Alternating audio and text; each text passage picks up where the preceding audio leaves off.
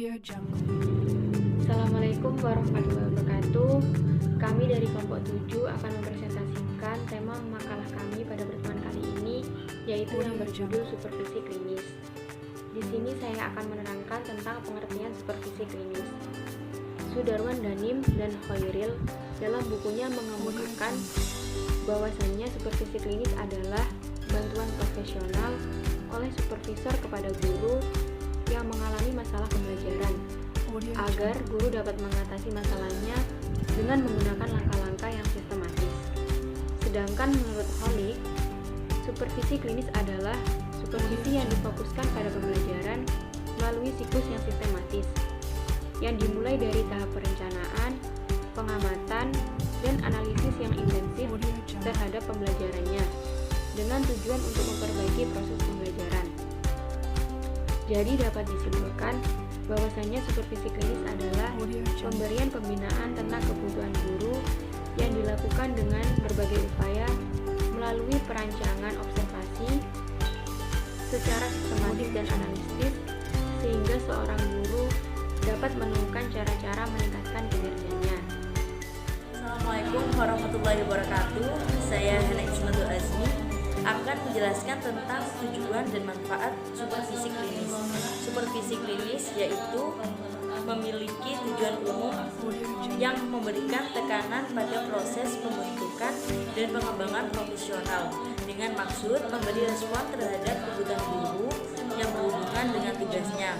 Pembentukan profesional guru yang bermaksud untuk menunjang pembaruan pendidikan serta untuk memerangi kemerosotan pendidikan, terutama harus dimulai dengan cara mengajar guru di kelas. Dengan perbaikan dan penyempurnaan diharapkan siswa dapat belajar dengan baik, sehingga tujuan pendidikan dan pengajaran dapat dicapai secara maksimal. Tujuan supervisi klinis ada 5. Yang pertama, menyediakan umpan balik yang objektif terhadap guru mengenai pengajaran yang dilaksanakan. Yang kedua, mendiagnosis dan membantu memecahkan masalah-masalah pengajaran. Yang ketiga, membantu guru mengembangkan keterampilannya menggunakan strategi pembelajaran.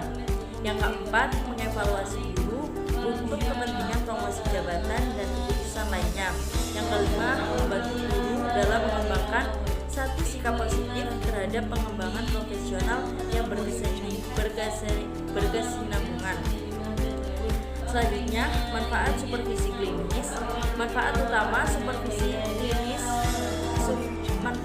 supervisi pendidikan ditujukan pada perbaikan dan peningkatan kualitas pengajaran, baik Francis Jen maupun air dalam bukunya seharian yang berjudul Konsep Dasar dan Teknik Supervisi Pendidikan dalam rangka mengembangkan sumber daya manusia, mengemukakan bahwa fungsi utama supervisi ialah membina program pengajaran yang ada sebaik-baiknya, sehingga selalu terdapat usaha dalam perbaikan.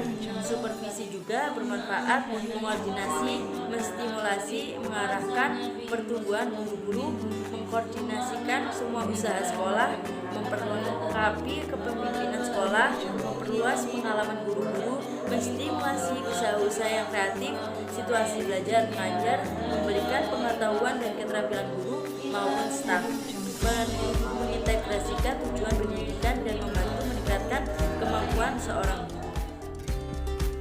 Assalamualaikum warahmatullahi wabarakatuh.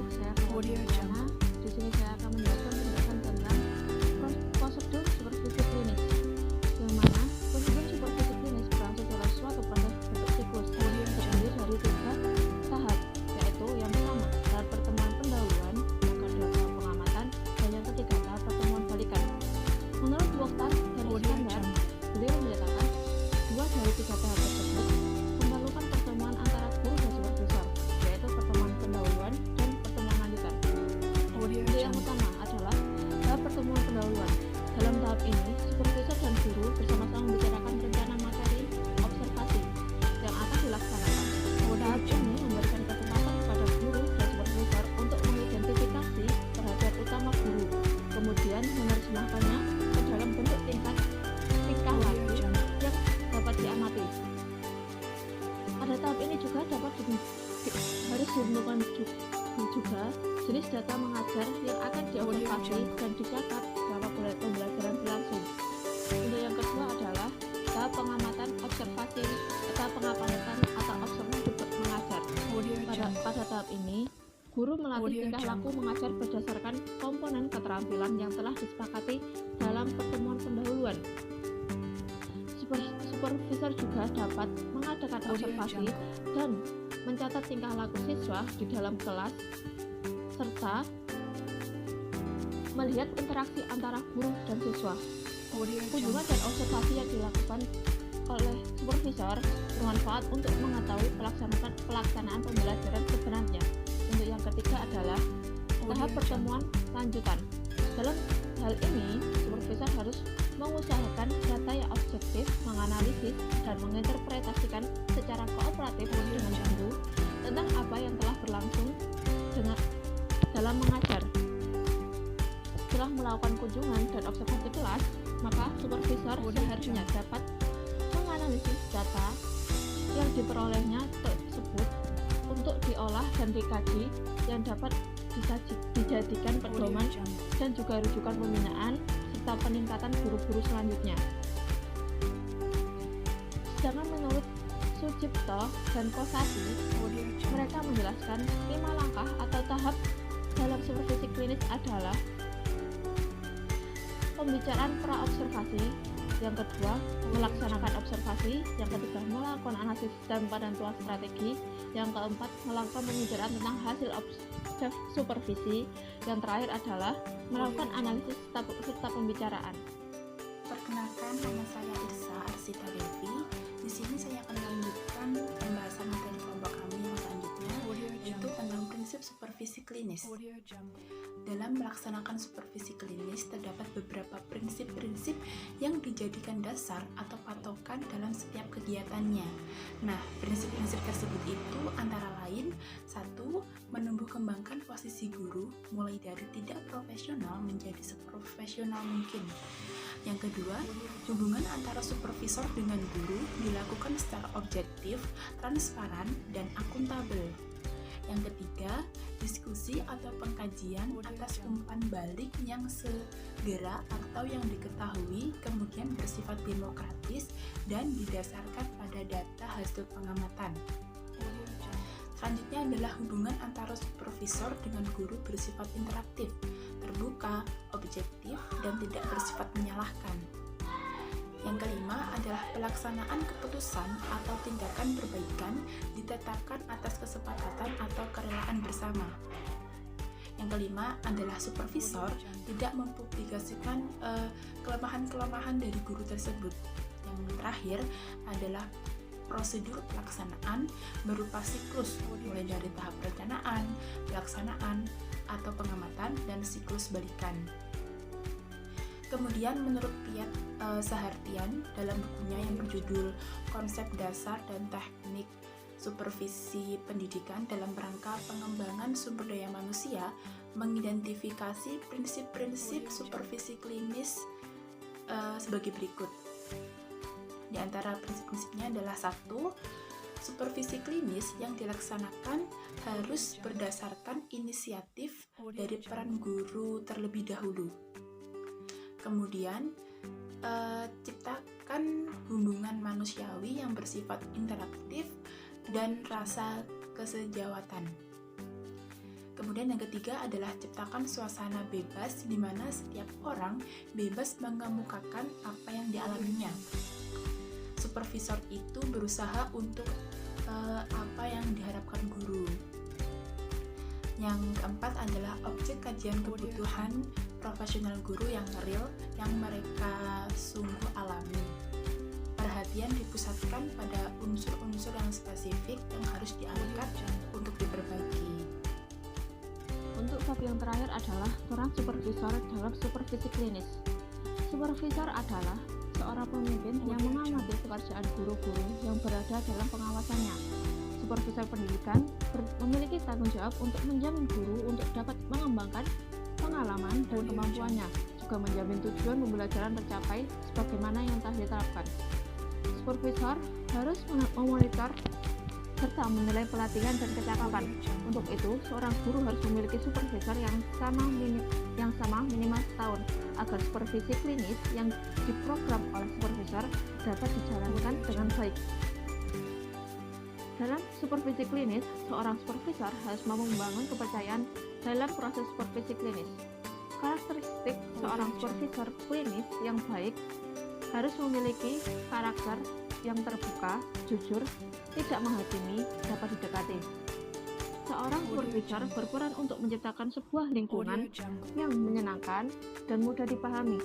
Seorang supervisor harus bisa membuat guru merasa nyaman serta dekat dalam melakukan diskusi mengenai praktik guru yang membutuhkan pengembangan dan refleksi kritis. Menurut Chokhan, beliau meyakini bahwa untuk menjalankan supervisi secara efektif, data harus dikumpulkan dari guru di kelas, di mana supervisor dan guru berkolaborasi merencanakan program-program, prosedur, dan strategi yang membantu memperbaiki perilaku guru di kelas, khususnya teknik instruksional, observasi langsung, membuat supervisor memahami materi yang dibutuhkan dari situasi yang ada. Supervisor juga akan lebih sering terlihat dalam praktik keseharian guru.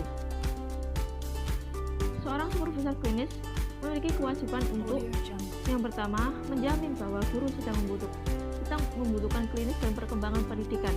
Yang kedua, bertemu dengan guru secara teratur, yakni minimal setiap 3 bulan. Yang kedua, pada awal dan akhir setiap agenda klinis. Yang ketiga, pada pertemuan agenda klinis juga ada hal yang untuk dibahas setelah pertemuan atau setelah review portofolio. Untuk berikutnya, membantu guru untuk memformulasi rencana pendidikan. Yang berikutnya, membantu guru untuk mengembangkan tujuan pendidikan perspektif penghargaan masa mendatang. Yang kelima, menjamin bahwa guru sedang bekerja dalam tim spesialis yang sama. Yang keenam, mereview perkembangan guru, yakni dengan review portofolio, menjamin adanya peluang setelah adanya penilaian, berkomunikasi dengan konsultan yang berhubungan dengan guru bersangkutan. Yang ketujuh, supervisi klinis harus memberi informasi mengenai peningkatan yang diperoleh oleh guru, menjamin komunikasi dengan lembaga kompeten berkenaan dengan peningkatan kemampuan guru, misalnya program pasca sarjana.